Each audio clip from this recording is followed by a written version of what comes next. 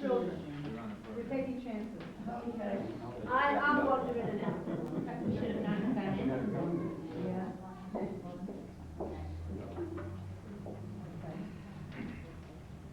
Bruchim habayim means blessed are those who come. That's the way of saying welcome to this modest ceremony. But you know that Erev Pesach and those who did come, deserve some kind of reward. But your presence is your reward. Now, when we were called from the New York office, I happened to be in the States, and we were told about this particular ceremony. At first I thought, how can it be Erev Pesach? Pesach has been really in the door. Nevertheless, we couldn't refuse because of the people who are involved. I think that Louis and Ettie Blazer are sitting in Gan Eden, looking down and feeling the thought that their heirs, their children, grandchildren, great-nephews, great-nieces, have found it in their hearts to commemorate the work that they did in their lifetime by funding this daycare center. Picture this area on a day when this is filled with the cherubic children, their voices, their singing, their crying. Look around what they find here and the chinuch that they're getting in this facility. And I'm sure that the family Blazer is very proud to have been participants in the work of Emunah in America, Emunah in Israel, and will continue for the future generations. Now, the role of a MC is to keep the program going, not to speak. So I promise you, this is it. I won't introduce the people because I don't want to extol each one. However, each one will introduce himself or herself and say whatever they could about Louis and Ettie Blazer. On several occasions, I met Ettie here in Israel, and a warm, pleasant smile, very kind personality, and exudes the love that she felt for Eretz Israel and Emunah in particular. So if you will pick up your program, you will see that the next person is Mrs. Clara Hammer. So we'll call her. Okay. Let me deserve it first. Quick when you're ahead. אני גם כן רוצה להגיד בשפה שלנו, בשפה העברית הקדושה, ברוכים הבאים וברוכים תהיו שבאתם הנה ערב חג, בייחוד לנשים, especially the women. who came this time of the week, the year. And Shirley Dolan called me. First of all, she called me at 6:45 in the morning. Shirley Singer. Whoever gets up at 6:45, they know where I am. You can't call me for 9 o'clock. But Mela. But when she told me what she was calling me for, I said to myself, if I, Clara Hammer, live in Yerushalayim, in the city that Ettie Blazer worked for so that we can have it, I will not refuse. I need my glasses. I normally speak without notes, but I was afraid I'll miss out on something, and so I did write notes this time. I could have read to you Eshet Chayil Mi'imtza, which describes the woman of valor, which is sung to every Jewish woman. Oh, that you gentlemen do that. Friday night, and I would think Yoitze Bezeh. But I didn't think that suffices. I don't think that's enough. I wanted something special, something miyuchad, something different. And so I chose what we are going to say or sing, Echad mi yodea, tomorrow night. Shnayim mi yodea, Shloshim mi yodea, V'arba'ah mi yodea, Arba. And we say, Arba imaot, the 4 great mothers of Am Yisrael. Sarah, Emunah. To describe all our attributes would be impossible, and I promised our mancha that I'll be b'kitzur. Also you, Rabbi, also you, Principal, also you, but I'm not sure. So,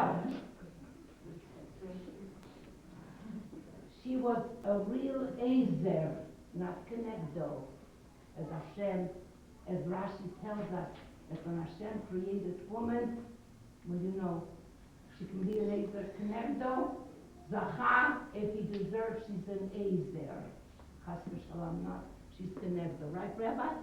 Right. Ettie Blazer was an Ezer. She was like Sarah Imenu. Abraham Megayer Anashim, the Sarah Megayeret Nashim. Whatever he did, she was a partner to him. If he saw all people coming, he ran to the 4 corners of the tent. He brought them in. He didn't need her permission to say, oh darling, I'm sorry, but I brought a guest. He ran, and she prepared, and she served, and she gave everything that Abraham would be proud that his wife Sarah served the guest that he brings in. Rivka, a young girl, goes out to the well, and a stranger comes, and all he asks for is some water. That's not enough for Rivka. She's going to be Rivka Imenu. So she says, she also takes water from the well. You know, I don't know if any of you were in Europe. You know, there's a well. You let the bucket up, you slip it up. Later on, we used to roll it up, but we used to slip it up. And she would slip and give water to his gemalim. And then, what a sacrifice she brings when she gives up her love for Yaakov, because she was the younger one, and she let her sister.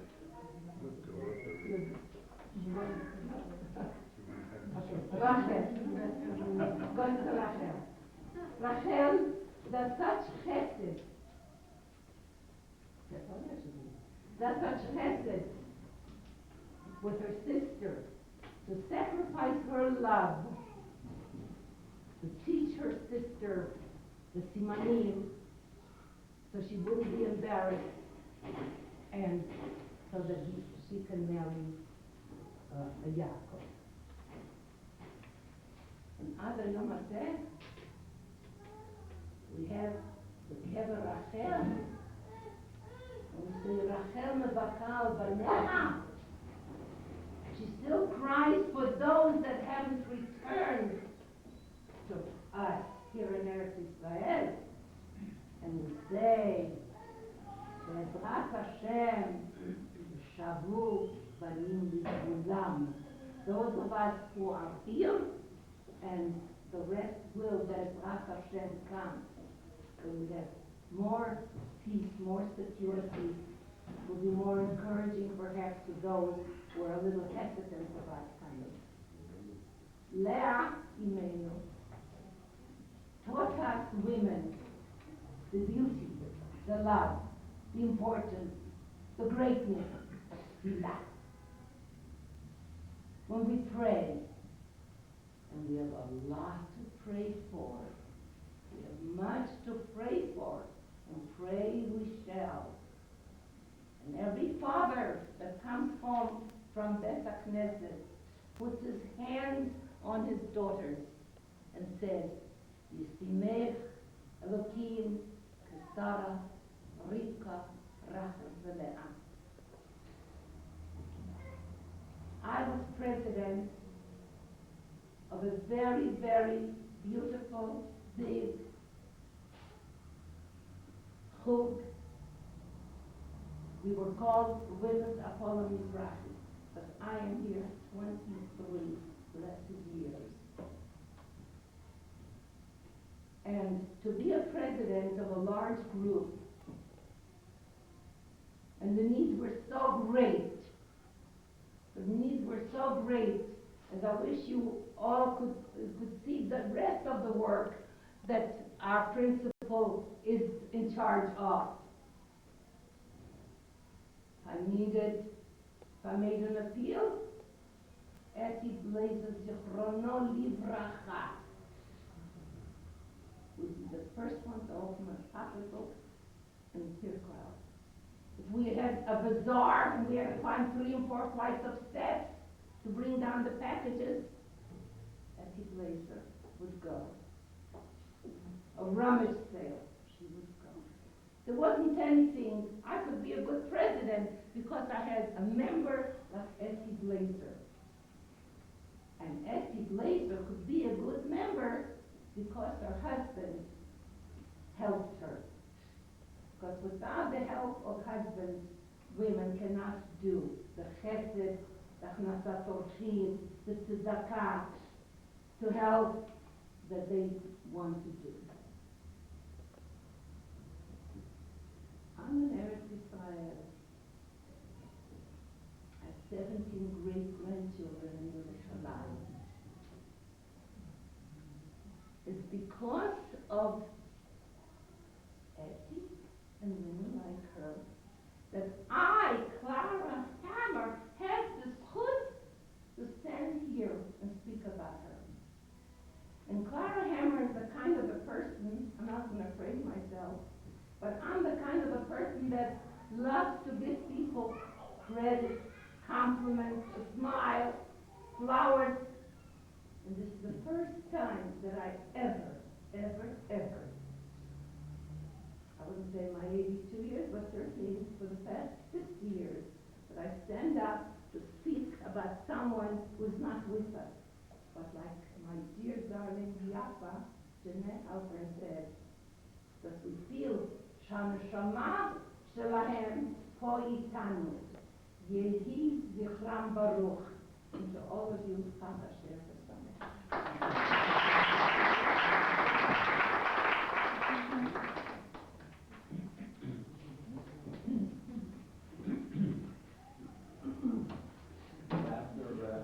Clara, it's very difficult, obviously, to follow. My name is Dov Silvestri. I'm an Ahel of Emunah of the Emunah College, and maybe asking yourselves, what is the daycare center doing in Emunah College? And I'd like in a few words to try to answer that question. The truth of the matter is, in order to answer it, we have to go back in history a little bit, actually nearly 22 years ago. The Israeli government, when it decided to help form daycare centers, actually did not give it to the Ministry of Education, but turned to women's organizations. They turned to Na'amat, to Vitzo, and in the religious sector to Emunah Women, which was then also the Shei HaPoel HaMizrahi in Israel. And it was decided 20 some odd years ago that it was necessary to have a school to prepare professional people to work in these daycare centers, in the Emunah daycare centers, not only to prepare metaplot, the caretakers, but also, beg your pardon? Care, the care, I think that's what they're called nowadays in America. Early childhood caregivers, caregivers, right? Caregivers, and not only from the physical point of view, but obviously Emunah was interested, as opposed to the other women's organizations, in the ruchnius part, in the spiritual part, in the chinuch, and the education and transferring of Jewish values, even to children, as we know, when I say even to, but obviously the most formative period of their lives are these years, and the daycare centers have children from 6 months of age through 3. This, for example, is the middle class. The children here are called toddlers, and in any case, this was given over to Emunah, and Emunah decided to form a school, a professional school, to prepare metaplot and menahalot to work in daycare centers. And there was this building in Baka, as Clara knows, being the first one here, basically, which was Rechush Natush, which was property that was left by the Arabs who fled in 1948, as there were a number of houses in the area, and they were given to or sold to non-profit organizations.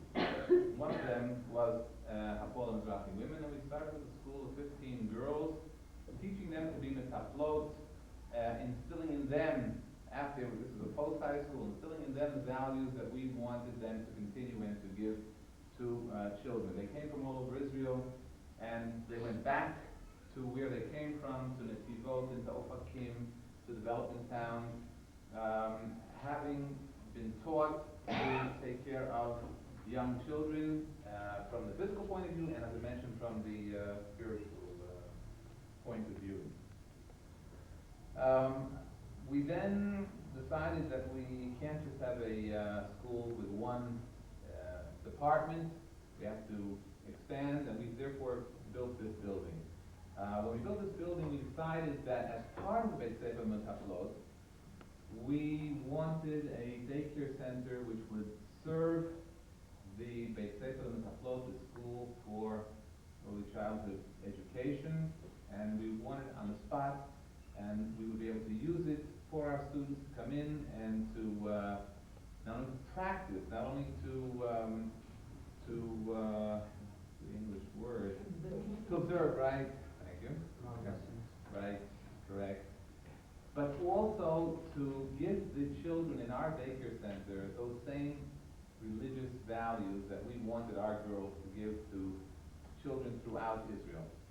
And you may notice, I believe over here, the difference between our daycare center and the other daycare center that I mentioned is that we have a Pinat Kodesh, it's called, with the Sefer Torah and the Hadlakat Nerot, Erev Shabbat. They, I don't have to go into the details, but I'm sure you know that there's a father and a mother, and they make a bracha and kiddush and so on and so forth, and every day they say Modeh Ani, and they make brachos before they eat, and the short benching after they eat, and this is obviously our goal, and obviously the most important thing that we try to teach children from 6 months through the 3-year-olds till they go to pre-kindergarten year.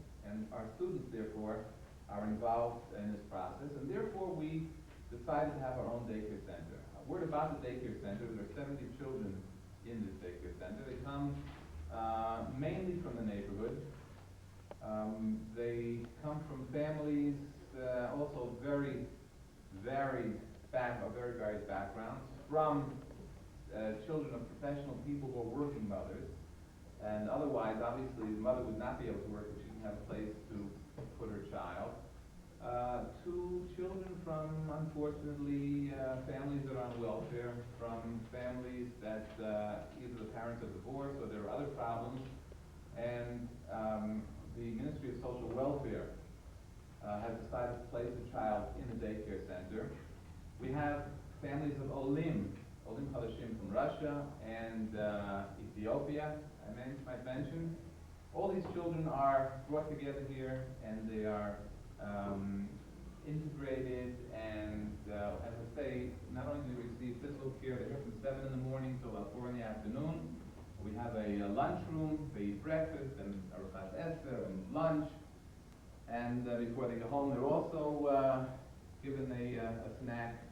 And as I mentioned before, in addition to all the physical part, the spiritual part is not any less important. I'd like to sum up and say that if I was asked to give a motto or a slogan for what we do here, I would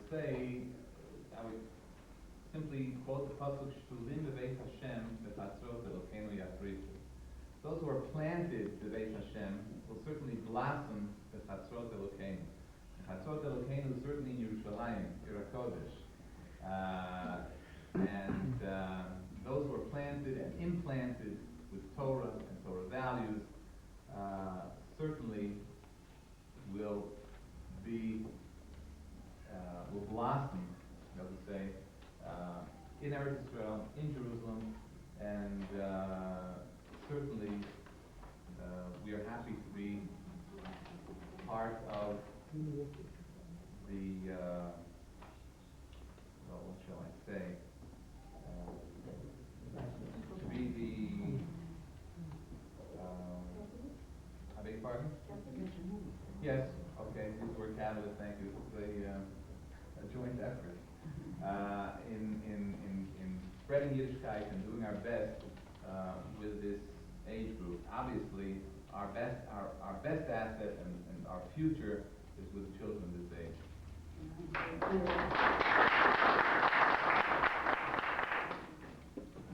Now I have to say a few words. Thank you, Mr. Kammer. Thank you, Dr. Besky.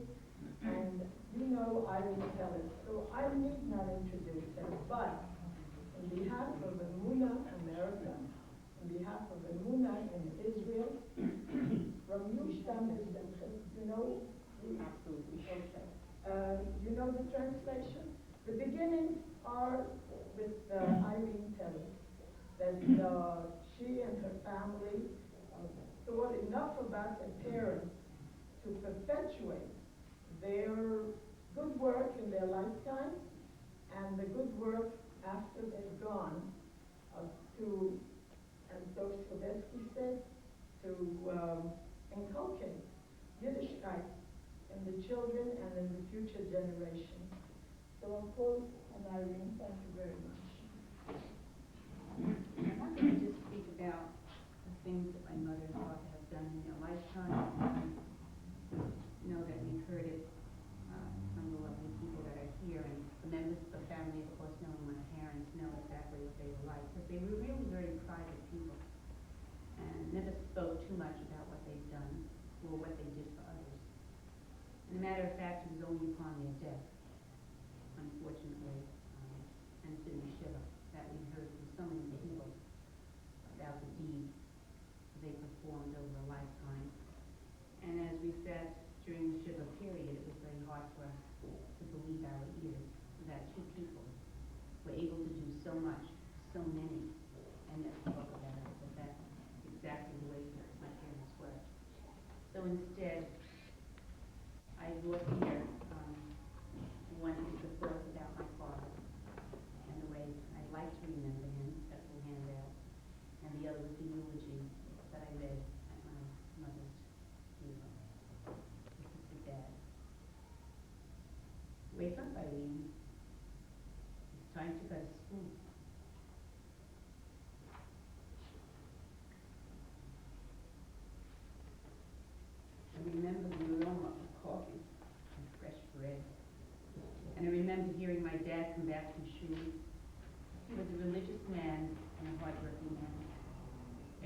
he would wake up early at 6 a.m. to go to the minion at the Shtibel on 13th Avenue and 55th Street.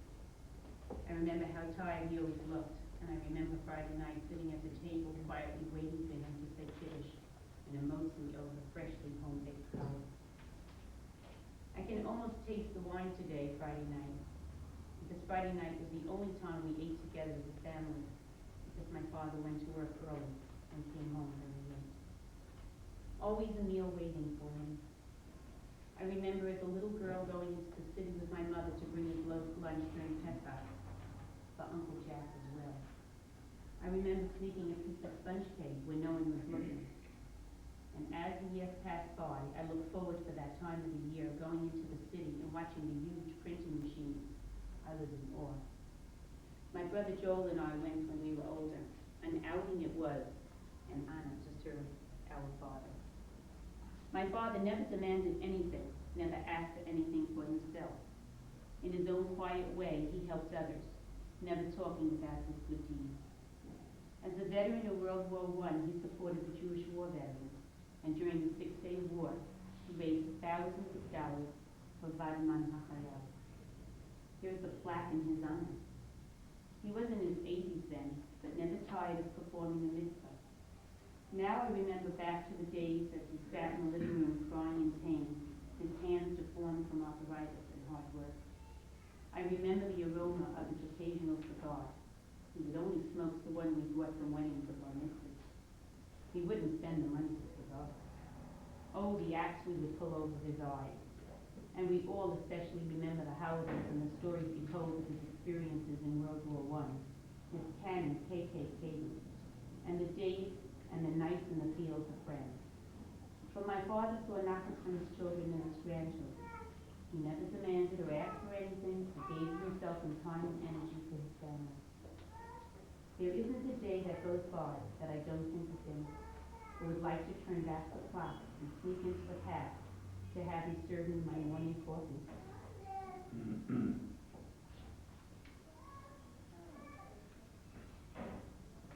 Before I went to school, or sit at the table Shabbos and have him test me in geography with my friend Millie. Stupid, he would say.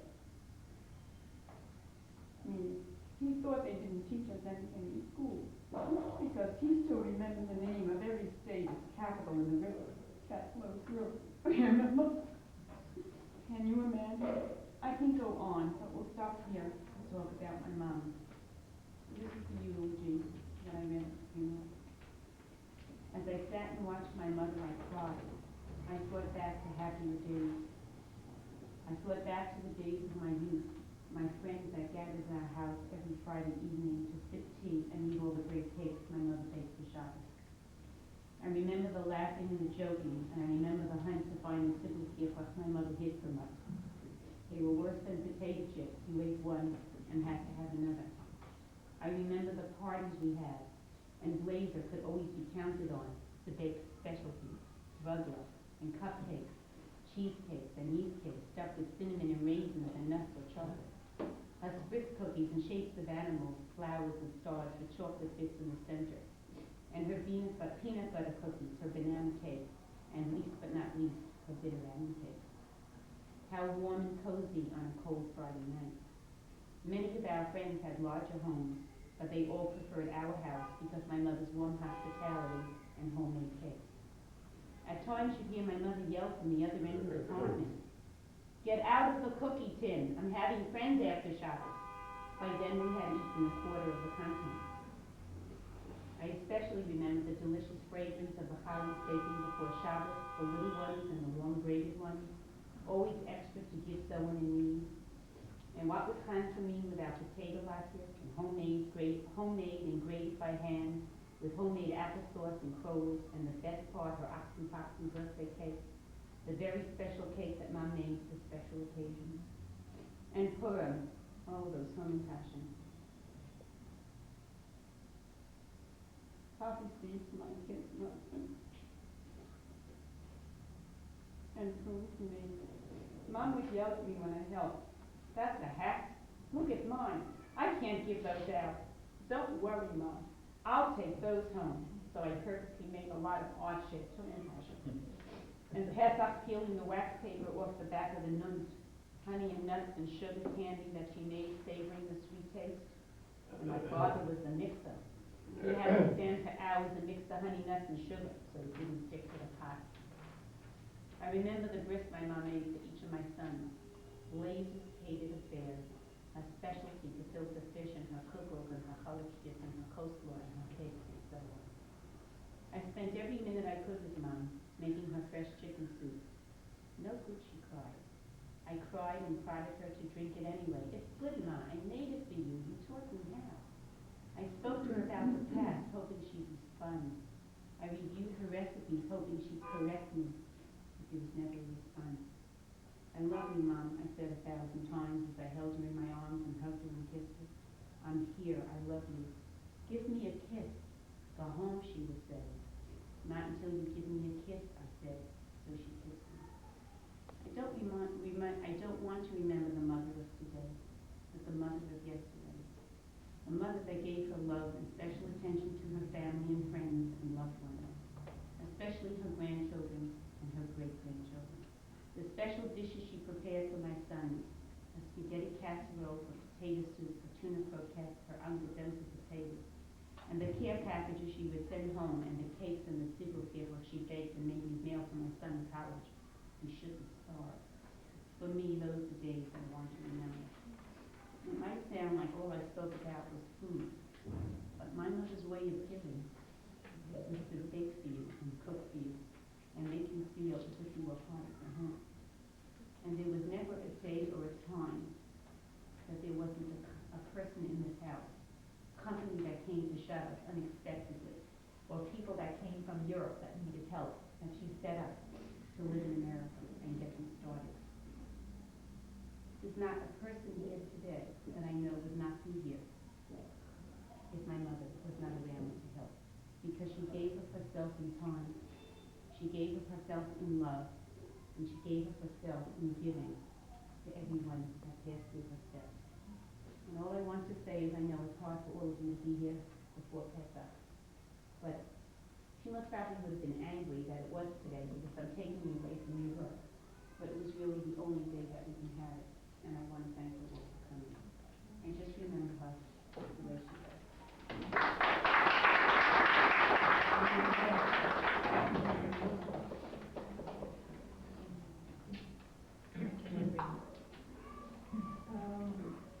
The roll move, I can look around in the room. So much more need not be said. But one thing, in this building right now, there are 5 generations of the Blazer family, relatives, nieces, great-nieces, and great-greats, right? Great. So you see that someone coming from Shalavim, Erev Pesach, bringing her children who are great. Right. And at this table we have a great-nephew. This one's great. He's great. So we'll call on Rabbi Herschel Kramer as a great-nephew to tell us something about the uncle and aunt later. Thank you. I truly wasn't prepared to speak now, but Irene insisted, being very close to my uncle and aunt, she asked me to say a few words. It's time now is a time of nissen, time of simcha. It's not really a time of tears. Since it's a time of Ula, the whole Chodesh, the whole month, is a month of rejoicing. Therefore, it's quite difficult for me to speak. However, I feel I have to speak, and I will speak certain things I remember about my uncle and aunt. Both my uncle and aunt were both completely selfless people. I remember Uncle Louis told me that in World War I, when the latter came out that his brother had served in the war, he decided that his brother was weaker in health I went through the trenches in France. So he volunteered to go and save his brother. He told me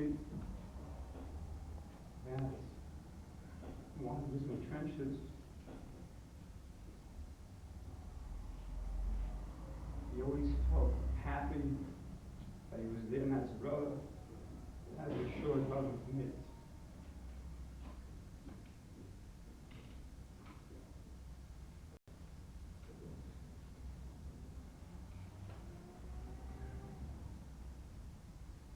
Afterwards, he studied with his brother.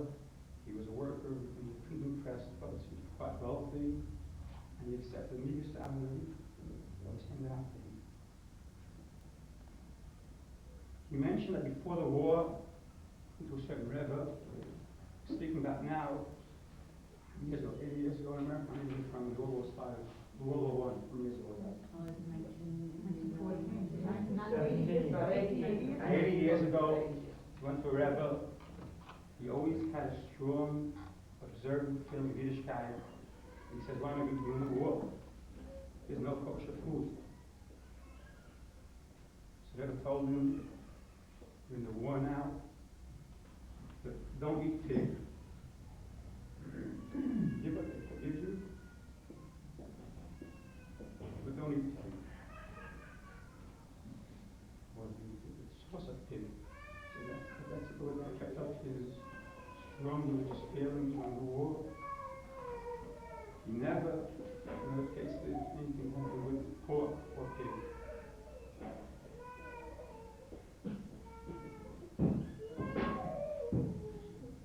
Told me also that he was an orphan as a young child. And when he was 7 years old, he said he did what he had to do. He said he used to show him coal, and he said that which one has to do, one has to do.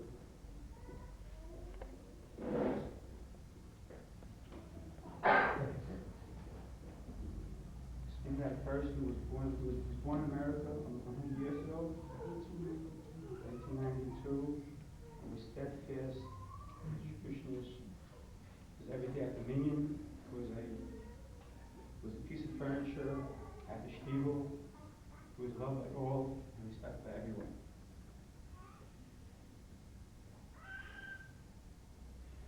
My aunt, Kohen Levracha, was a beautiful match, ultimately selfless. When you walked into the house, you felt the love. You felt just a question, what did one give to you? As Ari mentioned, maybe you this to eat, maybe this will make you happy. And it was truly a Jewish house, which one felt a continuous giving. It was giving and giving. There was no taking. Klal Yisrael was a Klal Yisrael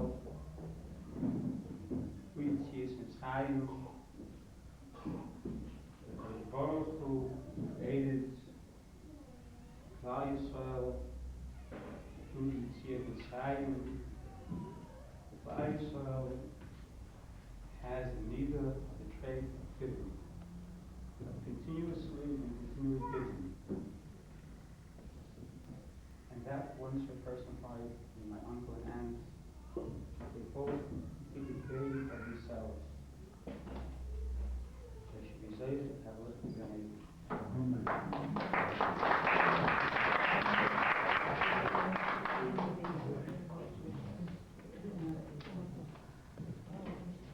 Evidently, this trait of giving has passed on to Louis and Ettie Blazer's children, and I'm hoping that you will continue to serve and to see the results of your efforts.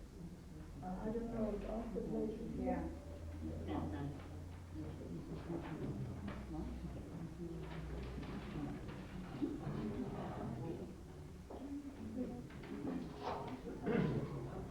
I ritually look up at all of all the flows of Takala Shali Raquel.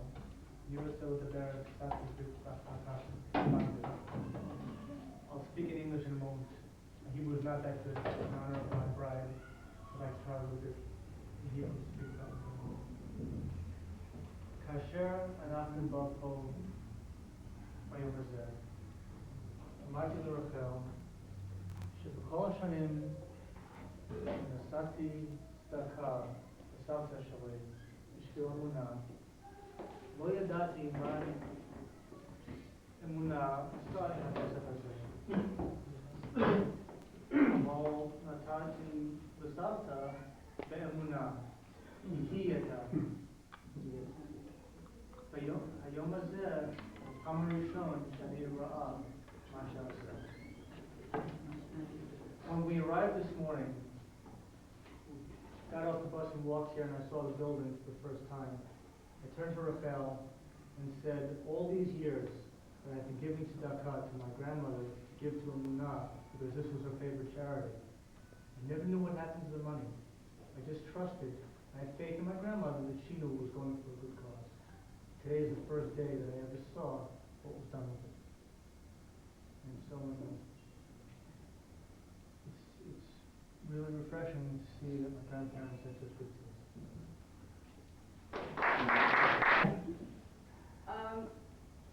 As a child, my mother, I think she always wanted Ettie to be to us as grandparents, because we were always visiting them. Every week, every month at least, we had to visit Ettie. When it came to Purim, we always had to go visit Ettie. I never knew my Teta Gedalia. I have a son Gedalia, which is a son Gedalia, and Ettie was very much Gedalia's mother in a lot of ways. I know she helped raise the 13 children. There were 13 children. She helped raise them, and she was always chipping in with her older sister. And we always felt close to Aunt Ettie. We always remember her collecting money and raffle tickets and charity. And I think that one of the reasons my parents always felt that it was important for us to have this close connection with Aunt Ettie and Uncle Louis was because that's who we should be emulating. Those type of people that are always busy with others and selflessness that we heard. I wanted to compare Ettie to Miriam and Nadia. How Miriam was also involved for 80 years. Miriam in the desert, in Mitzrayim. Moshe kind of became anonymous, he left. And Miriam was involved for 80 years, raising Jewish children, putting together Jewish families, raising emotionally healthy, stable children.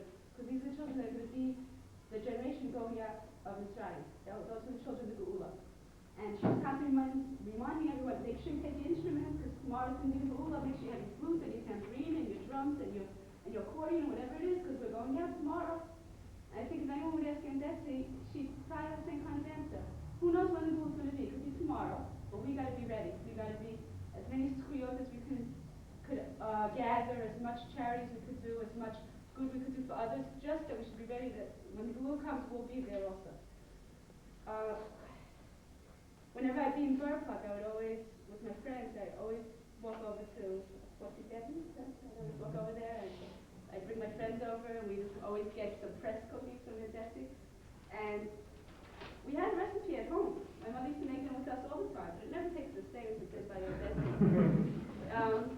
And we knew, children observe so much, and it kind of gets into the way Aunt Ettie took care of Aunt Dora. Aunt Dora, we understood. She didn't have a family. She was always there. And Aunt Ettie took care of her as her sister, but she was involved in everything. It was her house also. The stories that I heard how Aunt Ettie took care of my Teta Gedalia and how she took care of other members of the family. And it's just something that we could all learn from. And even when she was sick, even when she was sick, she always had the nurse bake the cookies, so we should have them. Because her house had to have chocolate cookies. From my retested, I'd heard it, my mother sent me a tape after the Levaya, and then I just, what you're saying now. First it seems very external, food. All you can remember about your mother's food. But the truth is, that's what a child remembers. And what's the other one? The series. Yeah. That's my mother had a on here that is sure. Just gonna take Irene wants to come in. Yeah, let me just get a hold of.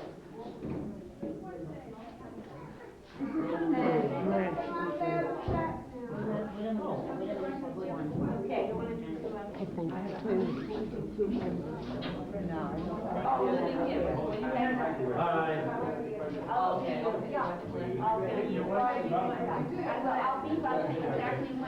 Okay?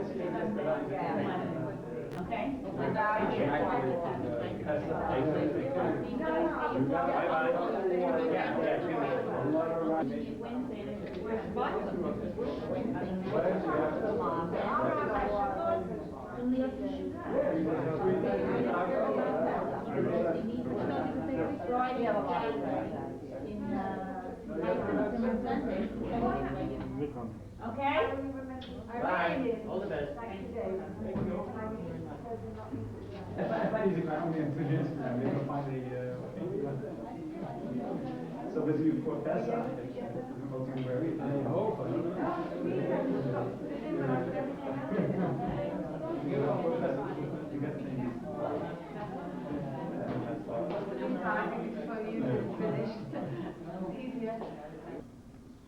We are at Hadassah Hospital, and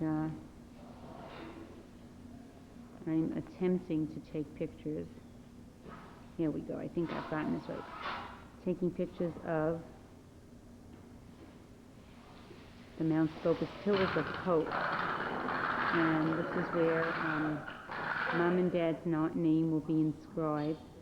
And let me try to explain it to you a little bit. It's an outside garden near the cafeteria where people can also sit out and see the wall with all the names on it. Mickey, what does the first word say before goodness? I can't see it in the camera. So that goodness and money may not be upheld for all the people. Goodness and money? What does that say over there? Oh, mercy. Who can see? May be upheld for all those people, all the people in what? In the land? All the people in all the land Of Israel. Okay, and as you can see, there is the wall with all the names inscribed, both memorial and in honor of. And the wall continues around. That was a post. The wall continues all the way around completely. And it's, I'd say, about a block long. And Mickey is reading some of the inscriptions and has been nice enough to suffer along with me and schlep all over. I got that face, Mickey. Say hello to America. Hello, America.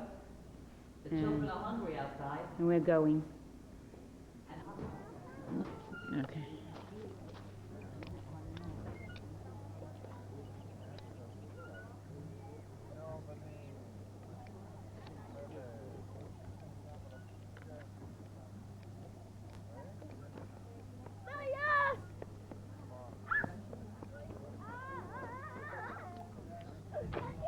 Watch my cameras then.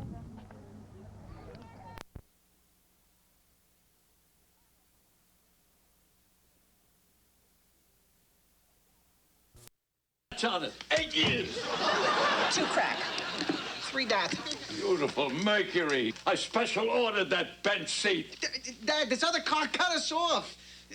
They had swastikas all over it. They were hurling racial